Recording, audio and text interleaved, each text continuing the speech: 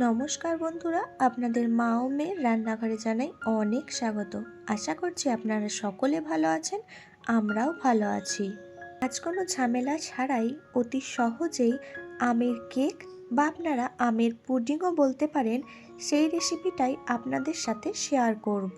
তার জন্য এখানে আমরা কোনো রকমের ময়দা বা ডিম ইউজ করব না। তাই প্রথমে একটা গোটা আমকে খোসা ছাড়িয়ে কুচি কুচি করে কেটে নিয়েছি। তারপর গ্রাইন্ডারের মধ্যে ছোট এক বাটি মতো চিনি আর কয়েক টুকরো এলাচ দিয়ে একটা গুঁড়ো তৈরি করে নিয়েছি। অন্যদিকে যে আমগুলোকে কুচি করে রেখেছিলাম তারও একটা পেস্ট বানিয়ে নিয়েছি। এরপর নিয়ে নিয়েছি আগে থেকে জল ঝরানো টক দই, তার মধ্যে দিয়ে দিলাম অল্প পরিমাণে নুন আর আগে থেকে গুঁড়ো করে রাখা চিনি। দিলাম ফ্লেভারের জন্য 2 চামচ মতো পাইনঅ্যাপেলের ক্রাশ। এরপর টক দইটাকে ভালোভাবে ফেটিয়ে নিচ্ছি। যত ভালোভাবে ফেটানো যাবে তত কিন্তু এই আমের কেকটা ফ্লপি হবে আর নরম তুলতুলে হবে।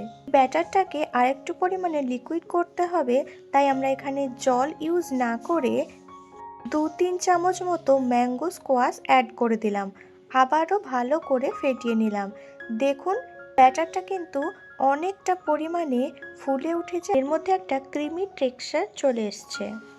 এরপর একটা বাটি নিয়ে নিয়েছি, তার মধ্যে সামান্য পরিমাণে সাদা তেল ব্রাশ করে নিয়েছি।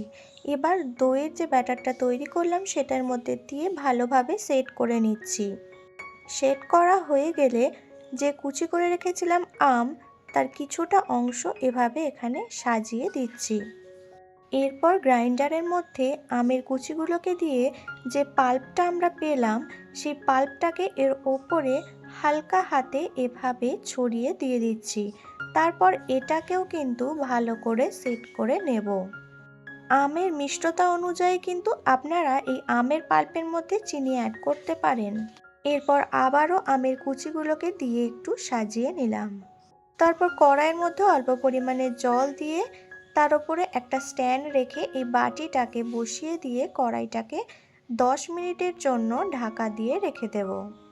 তারপর 10 মিনিট পরে গ্যাসের ফ্লেম অফ করে দিয়ে রুম টেম্পারেচারে আসা পর্যন্ত অপেক্ষা করে তারপরে ফ্রিজের মধ্যে এটাকে রেখে দেব আধ ঘন্টার জন্য।